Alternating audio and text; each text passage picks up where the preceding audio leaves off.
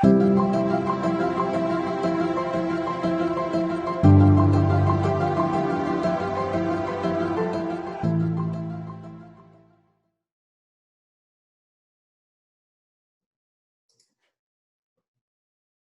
Juli Seiwert with the William Bond Company, and today I'm going to be walking you through the accounting for the PPP loan.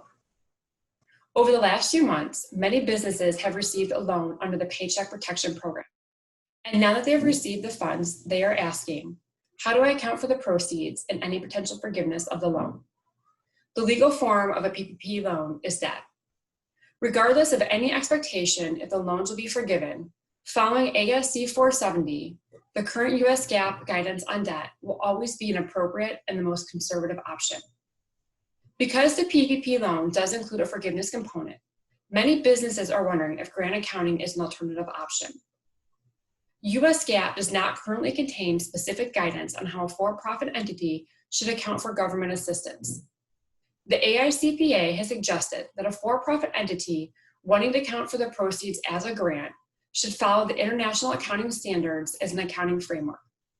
Specifically, IAS 20, Accounting for Government Grants and Disclosures of Government Grants, provides such guidance. ASC 958-605 does provide guidance under US GAAP for a not-for-profit entity that receives a government grant. Under both scenarios, let's take a look at the accounting. For those entities in which they account for the loan proceeds as debt, upon receipt, they would recognize a long-term liability for the full amount of the loan. Interest should be accrued at 1% of the loan, starting on the date the loan was received and continue over the life of the loan. When an entity is notified of forgiveness and that they've been legally released from its obligation, a gain on extinguishment of debt would be recognized in the income statement as other income. The gain would include any interest that was forgiven. Similar to other debt instruments, any loan proceeds or repayment would be presented in the cash flow statement as financing activities.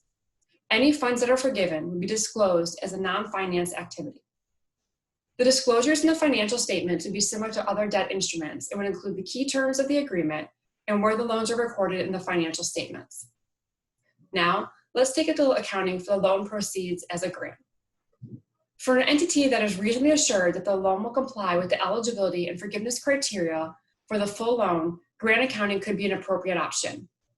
When the proceeds are received, you would record deferred revenue as a short-term liability. As eligible expenses are incurred, the income should be recognized and the liability would be reduced. Grant income can be presented as a credit in the income statement as either a reduction to the related expenses or it can be presented as other income. All cash flow activities are reported in the operating section of the cash flow statement.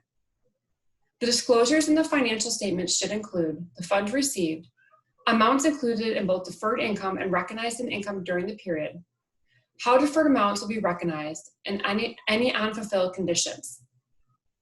The SBA has indicated that it intends to issue additional guidance to help address questions for borrowers and lenders. All entities that received a PPP loan should continue to monitor for developments which could impact the accounting for their loan. As you're working through the accounting and trying to determine the best approach for your organization, please feel free to reach out to us with any questions.